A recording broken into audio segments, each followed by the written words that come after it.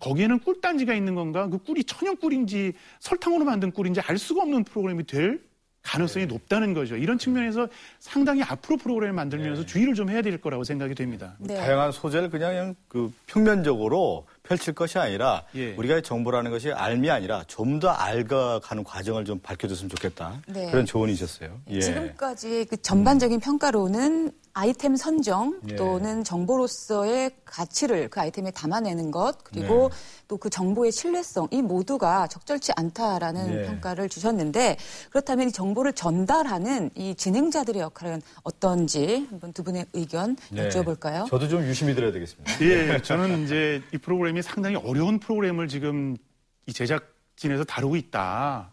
그러면 정보 프로그램에서 제일 중요하게 결정해야 되는 게 뭐냐면 MC를 누구로 할 거냐. 그 장성규 아나운서를 볼 때 저는 상당히 큰 아쉬움이 느껴졌습니다. 뭐냐면 전문 아나운서와 비전문 아나운서, 그러니까 아나운서가 아닌 MC 아니면 전문 진행자와 비전문 진행자의 차이가 과연 이 두 사람에서 명확하게 드러났는가. 좋은 예를 하나 들면 그 자꾸 탈모 얘기해서 죄송합니다만 그 프로그램의 마지막 멘트가 뭐냐면 이 장성규 아나운서가 이 마사지를 받다 보면 혼자 하기가 좀 어렵다. 이게 어렵더라고요. 뒤나 옆이나 이런 거 하기가.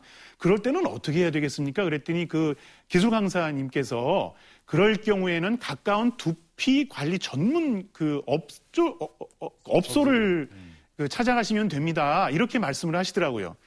그러니까 거기다 대고 물론 대본에 그렇게 있었겠죠. 어우 좋은 정보 감사합니다. 이렇게 말씀을 하시더라고요. 물론 전체 오늘 하루 수고하셨고 오늘 여기서 정보를 전달하러 나오신 것 되게 감사하고 수고하셨습니다라는 뜻이겠지만 그 맥락상 그 업소에 대한 홍보 멘트에 좋은 정보라고 바로 달아서 붙이는 것 같단 말이죠. 아나운서 입장에서는 그런 부분들을 임기응변으로 좋은 다른 멘트로 대체할 수 있었어야 되는데 그런 것이 걸러지지 않고 그대로 정해진 대로 이게 녹화 방송이라고 제가 알고 있는데 녹화임에도 불구하고 정해진 대로 그냥 나갔다. 이건 큰 문제가 있는 거라고 생각을 하고 다시 한번 재교육이나 한번 본인 스스로도 돌아볼 필요가 충분히 있는 그 요지가 있다고 저는 생각을 합니다. 저는 뭐 조금은 다른 시각에서 봐야 된다고 보는데 일단 장성규 MC가 자기의 롤플레잉을 하고 있다고 봐요. 그게 어떤 거냐면 소재에 굉장히 친화되어 있는 그래서 그 소재가 자기의 사례로 전환시키면서 소재의 보편성을 높여주려고 노력을 하고 있는 것 같거든요. 그래서 여유증 같은 거는 자기 몸을 완전히 희생해서 모든 여자 리포터들이 만져보게끔 하면서 실제감을 높인다든가 문제는 이 과정에서 전체의 진행을 윤활유가 돌게 하는 게 아니라 자기 경험을 고백하는 그런 하나의 패널처럼 그 위치가 지어져 버린다는 거예요. 오히려 말씀하신 대로 보조 MC일 수 있는 메인 MC지만 그중에서 상대적으로 보조 역할을 하리라고 누구든 생각했던 박은지 MC가 더 주도적인 그리고 전체를 이끌어가는 그런 MC처럼 보이는 거예요. 실제로 진행의 조율을 박은지 MC가 하고 있다는 건 롤플레잉이 잘못되고 있는 게 아닌가. 그런 가운데에서 덜컥거리고 있는 그런 모습들이 보이기 때문에 MC가 제대로 전달을 못한다. 이런 평가들이 나오고 있다고 봅니다.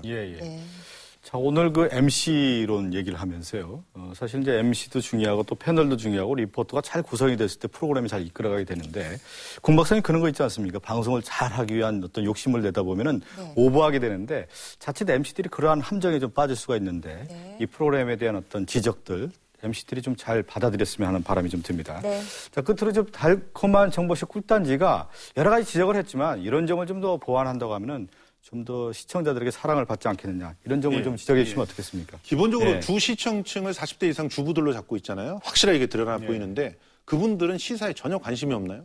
진짜 저는 굉장히 답답해요. 이 분명히 똑같은 생활 정보를 전하더라도 민감하고 발빠른 시사의 분석을 밑에다 깔고 거기에다가 생활 정보를 갖다 얻는 거는 완전히 다른 결과를 갖고 옵니다. 실제로 아이템의 선정에서도 다른 방법을 갖고 와요. 지금 지난 2주, 3주를 뜨겁게 달구었던 사건이 아동학대 사건이었어요. 그럼 아동학대와 관련해가지고 우리가 어떤 태도를 보여야 되고 어떤 정보가 필요한가? 아동보호전문기관이라는 어떤 것인가? 우리는 주변에서 어떻게 만날 수 있는가?